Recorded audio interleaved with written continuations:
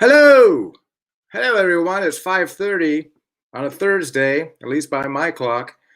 My clock might be fast, so I'm going to stretch out the first few minutes of this just in case people are joining us. Hmm. For cocktails, wait a second. Cocktails with the artistic director. Oh, let me see. So I can see comments, I guess. Yeah. So anyway, so those of you who are watching so far, any of you, if you're out there, and if you're not out there, then please do not answer. But this is we're using a new platform. You may have noticed with the neat little Raven logo. Yeah, this thing driving me crazy. Neat little Raven logo. And supposedly it's all going live on Facebook Live. And I'm looking around because I didn't bring my phone upstairs. Just make sure it's okay. So I see my sister's on. Hi, sister. Hi, favorite sister. So as I was saying, we are trying a new platform where we can simulcast. That's a broadcasting term. We're going to be simulcasting to Facebook Live and YouTube, our Raven YouTube channel at the same time. Now I know I can see Facebook comments because I've seen my sister who chimed in already. And I see, oh, there's my wife who chimed in too. So I can see Facebook comments. I don't know if I'll see YouTube comments or not. But anyway, we're giving it a go. So it's pretty cool, huh? So I'm sorry, I got a mirror image here going on. So it's pretty cool. We've got the Raven logo. There it is. And as I said before, it's cocktails with the artistic director. Okay. Kathy Johnson said it appears to be working. Yes, all right, something's working. It's 2020 and something's working. I can't believe it. If you are watching on YouTube, if anybody is watching on YouTube and I don't see the comments, I should see the comments, then text me or email me later and let me know, because there's a lot of people who do not enjoy the Facebook platform, and so we're trying to make this available to those people as well. So anyway, so welcome. My wife is not in the room with me today, so I don't know what I'm drinking, but maybe she can text me and or comment or message me and tell me what I'm drinking. But it's very good, whatever it is. And boy, do I need it today. So without further ado, let's get down to, we got a handful of people watching, and I appreciate you watching. Oh, thank you, Molly and Matt. Kathy's listening but not drinking. Oh, I'm really sorry to hear that. So there's a handful of you, but you are obviously my favorite people in the world. Don't tell the other people aren't watching. So we'll start today with, I'm drinking a margarita. I knew it was a margarita, and it's a straight margarita, I'm guessing. That's good. Yes, indeed. So as I like to do, oh, wait a second. I can't do it at the same time. So, oh, wait a second. This is what I needed to do first. Sorry. I got to make use of these cool banners. So cheers, everyone. And you can tell me what you're drinking. Kathy already told me she's not drinking anything. So now, let's get back to, okay, maybe I'm having a little too much fun with this. Thanks for joining me again. And I'll talk about some things in a minute. But first of all, of course, I want to share today's birthdays. Very important today is the birthday of Aaron Paul from Breaking Bad, Jesse in Breaking Bad, terrific actor. It's also Lyndon Baines Johnson's birthday. LBJ, remember him? Some of us do, some of you don't. I kind of do. I was about, I was like 10, I think I was 10 or so, 7, 8, 9, or 10 when he was president. But I remember him. I remember him. He was a president. Remember what that was like? Yeah, okay. Oh, it's Paul Rubin's birthday today, otherwise known as Pee Wee Herman. Ira Levin, who was the author of the playwright and author of Death Trap. And who can forget today's birthday? Probably you're going crazy at your homes right now thinking, why isn't he saying this name? It is Sarah Newfield's birthday, who's, of course, the famous Canadian violinist. And we all, I'm sure we all have all of her CDs. I know I do. And today's birthday is also, well, we've got the famous and we've got the infamous. Today is also Roger Stone's birthday. Enough said. Okay. So let me talk about fun stuff, and then we'll talk about the not so fun stuff. Oh boy, stick around for that. Tomorrow, wait a second, let me get back to my banners. This is really cool. I can do this now. Tomorrow, ladies and gentlemen, August 28th is the first night of our virtual Raven 24/7 Pandemic Palooza edition. So as you know, the Raven 24/7 has been a very popular event we've had for the last, I think Tony Shulo and I were talking last night, and I believe this is our 7th edition of Raven 24/7. And yeah, thanks 2020. So tomorrow night, tomorrow and Saturday, of course, will be the Raven 24/7 done slightly, well, actually quite a bit differently this year. Tomorrow will be, and I should tell you, if you don't already know, that these are going to be hosted on a platform called Showtix for You, which is what we're going to be using for our streaming from now on. So this is our first experiment with it tomorrow night to see how it works. So tomorrow night at 7:30, I'll come on, and you can go to Showtix for You to watch it tomorrow. Showtixforyou.com to watch it. And when you go to showtixforyou.com, unless you have the link already, and some of you do, you'll have to enter the performing group that you're looking for, which is Raven Performing Arts Theater, spelled the incorrect way with the ER. And then that'll take you to our library of shows. And we have a lot of things on there that we've done already. We have all our Shakespeare plays. We have the first 2 Mike Blake mysteries on there. I think we have both of the first 2 of them on there. And we have the virtual variety show as well as a couple of other, and the 2 original radio dramas that we did that you can still watch. So they're there archived to watch. And I think you only have to pay a couple of bucks to see them. So they're, you know, and of course all that money goes to the Raven because we're really raking it in now. But anyway, tomorrow night, you tune in at 7:30, and I will be there hosting the show from the theater. So you get a peek into what the theater looks like in case you forgot. And I will be introducing the directors and the playwrights and the actors. And I will have interviews. I'll have live interviews with the directors.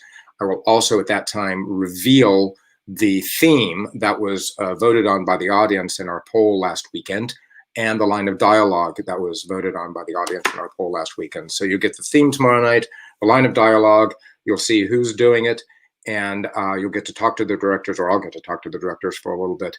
And then we, as you know, we set the playwrights away, and they have until 8 o'clock Saturday morning to write their plays. And this year, what's going to happen is they will write the plays overnight as usual, send them to me Saturday morning as usual, then I will send them to the directors and actors, and they will have a Saturday, you know, usually Saturday is rehearsal until you get it, you know, you get it where you feel fairly confident about it, come back to the theater, we have a tech rehearsal, and we do the performance that night. This year, because we're doing it virtually, we'll be rehearsing, everybody will be rehearsing from their own individual abodes, and the performance will be recorded by the director via Zoom, knock wood, they'll be recorded via Zoom, and then I'll get them and curate them and figure out what the order is. Dennis Whitaker is putting the titles in and the credits in. We'll put it and we'll make it all nice for that evening. And Dan Spears, our fantastic technical director, will be running the show tomorrow night and Saturday night, putting all the videos together. Though Saturday night you come back and you'll see me and the directors virtually introducing each of the pieces. So it'll still be 7 plays done in 24 hours. It'll be slightly different. As I said before, it's the Pandemic Palooza edition of 24/7. Okay, so again, to get, and you can buy tickets for that now. Friday night, because it's mostly just me and the directors yammering away, it's pay what you can night. And Saturday, it's $10 to watch the show. So as you know, we're not making anything right now. There's no income coming in. So if you can share the link with your friends and family and, you know, passersby and intelligent dogs, that will actually pony up about $10. That'd be great because every little bit helps. So remember, tomorrow night and Saturday night. Couple of things before we go. So it's a short one, huh? Well, it's not going to be that short. I'm sorry. So anyway, 24/7 tomorrow. As I said, we put up a few of the other virtual events that we've done. And we'll be recording 2 more Mike Blake mysteries for you Mike Blake mystery fans, one this weekend and one next weekend. So those will be posted shortly after that. And then, of course, we're still working on the virtual variety show part 2, which will happen sometime in the not too distant future.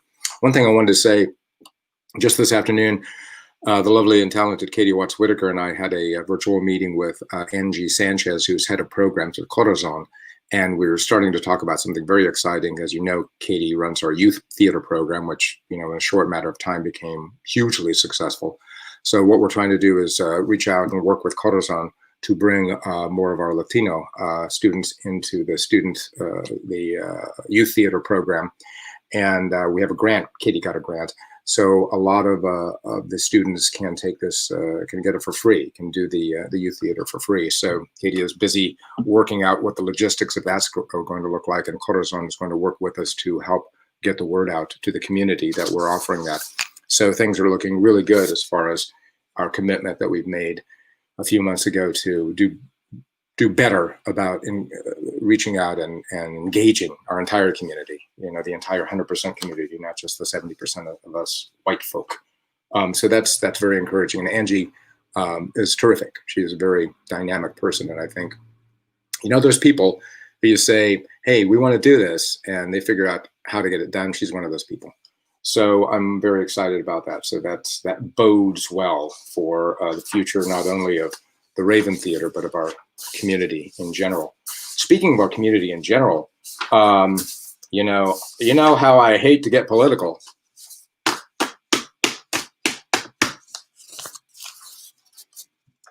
But can anybody believe we're here again with Jacob Blake? I mean, if you wrote this script of 2020 and tried to sell it to a movie producer, they would never buy it because it sounds so outrageous. That would never happen. All those things could not possibly happen in such a short amount of time. And do we learn nothing? This great outcry of racial injustice and everybody stepping up, and what I believed and still believe is a turning point with George Floyd. And then you see a video like this again. And then you have the contrast with the Democratic National Convention last week and the Republican clown show this week of a party who is actually putting together policies and looking forward and trying to unite rather than divide. And then you have a party that is, I don't even know if it's a party anymore. It's just a scorched earth philosophy. The contrast is amazing. And the fact that a lot of people are going to buy that is even more amazing and more troubling to me. So, I know there's only a handful of you out there watching, but, maybe some people watch this on a recording, and it's important to me that, even you guys who are obviously very supportive of me and the theater and the community and doing the right thing, no matter how hard the right thing is doing, I appreciate you giving me this chance to share my thoughts. And these aren't my thoughts, but I was really taken by, I'll tell you what prompted this. I'm a big baseball fan, as you know, and and I was on my phone. I was getting all these notifications that these teams were not playing yesterday, and the phrasing was they chose not to play yesterday. And I'm thinking, what's that about? And then, of course, I delved a little deeper and discovered that it started with the Milwaukee Bucks in the NBA in their bubble playoffs. Milwaukee, I think 40 miles from Kenosha, and the players said, we can't do that. There are things more important than sports right now. So they decided not to play, and then several Major League Baseball teams decided not to play, one of which was our own San Francisco Giants and Los Angeles Dodgers, chose not to play. Again, the idea that there was some things more important than sports at the time. And more of that happened today. So I think that's really great. And why I say that is that stuff needs to affect people. It needs to affect the people that too easily ignore that sort of thing, or think it's somebody else's problem, or think it doesn't really happen here, or it's being blown out of proportion. I love that, right? I love that, blown out of proportion. And while I am, and I know none of you are, a proponent of violence and looting, I am a little disgusted by the use of the argument that, hey, look at these guys. Why isn't anybody going out and arresting all these looters and protesters that are violently protesting?